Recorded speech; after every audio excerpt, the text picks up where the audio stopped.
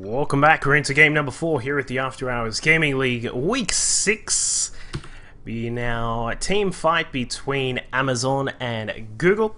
Scores are currently sitting at 2-1. Of course, Amazon in front after the previous game, where we saw our Terran player AHGL take on his opponent there, and it was sort of just a bit of a Reaper frenzy in that game. It was a bit intense, but we did see Amazon take the lead, so they're at 2-1 right now. Their player down in the bottom right-hand side of Star Station, as our blue Protoss player, is Cicero. He'll be looking to pick up the win here, and if he can, of course, that means that Amazon will take the victory this week.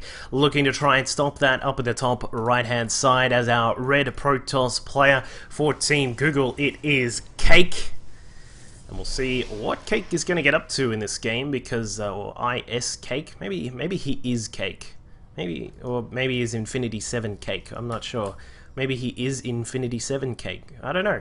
Anyway, we'll see what Cake's going to do here. Very big map, of course. This map very popular for, well, not popular, but it sort of tends to lead to very long macro games just because of the large size of the map. Of course, you've got a very nice, easy to take natural base that you can wall off if you're in the kind of matchup that needs a wall off. Your third base generally tends to be this one here.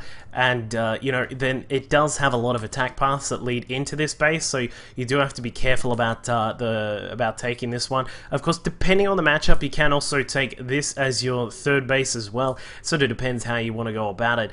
But, these are the sorts of considerations that you've got. Very interesting to see double gas. In fact, before the Cyber is up from Cake, so he's gotten that going very quickly. Can lead to the possibility of DTs, a very quick Oracle, all these kinds of things.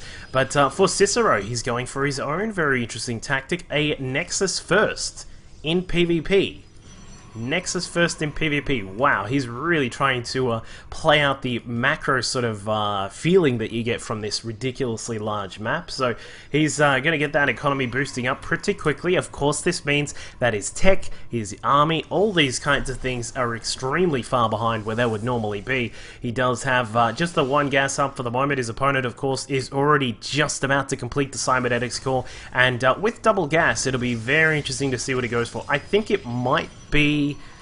It's hard to say. I would guess we're going to find out in just a second once he builds up a few more minerals, but I would guess maybe DTs. He hasn't really seen what his opponent is up to. Cake just now is going to scout through. In fact, oh, there you go. I was going to say he almost missed the Nexus, but the Nexus is there, so he does know, well, he should know that there is that quick expansion, of course, with this very, very slow cybernetics core. He should be able to tell that things are going to be very, very slow indeed from Cicero. He's now going to just double check what's going on at that natural. Of course, has confirmed that that is there. The first Stalker has now popped out for Cake as well, so this is just going to come about and perhaps protect what his investment is going into, and it looks like it will be the DT tech. We've got, of course, the Twilight counts are going down. DT's costing a little bit less in the expansion compared to Wings of Liberty. Of course, the Dark Shrine only costing 150 now, which is why this comes out so quickly at just straight away at the 4-minute 50 mark, which is extremely quick for that.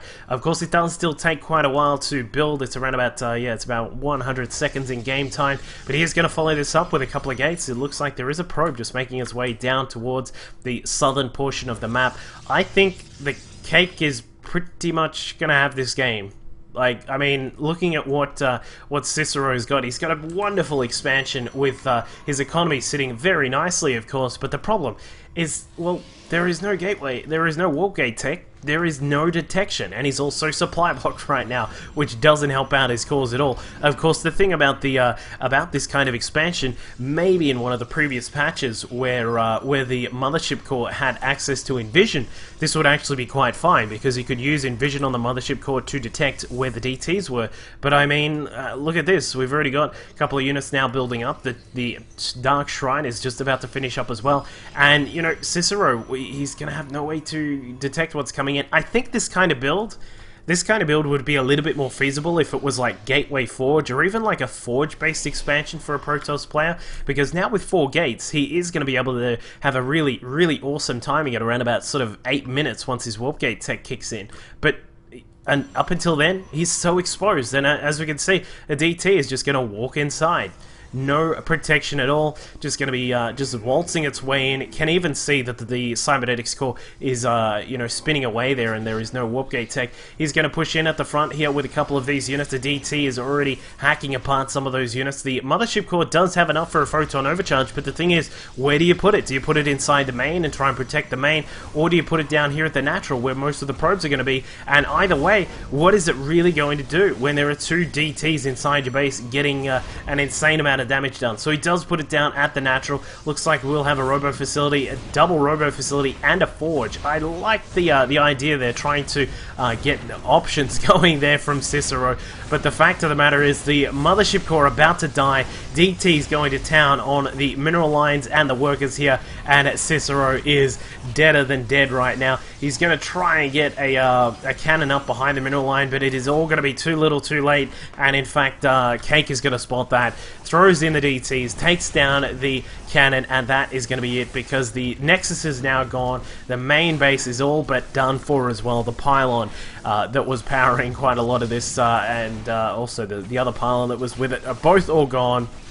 No way for Cicero to come back here in any way, shape or form. He agrees. We get a GG, and that is going to be game 4 going the way of Team Google. So they've evened it up 2-2, and we will go into an ace match in just a moment, and we'll see who's going to come out and try and finish up this series as the ace player for both Google and Amazon, and we'll catch you there in just a moment.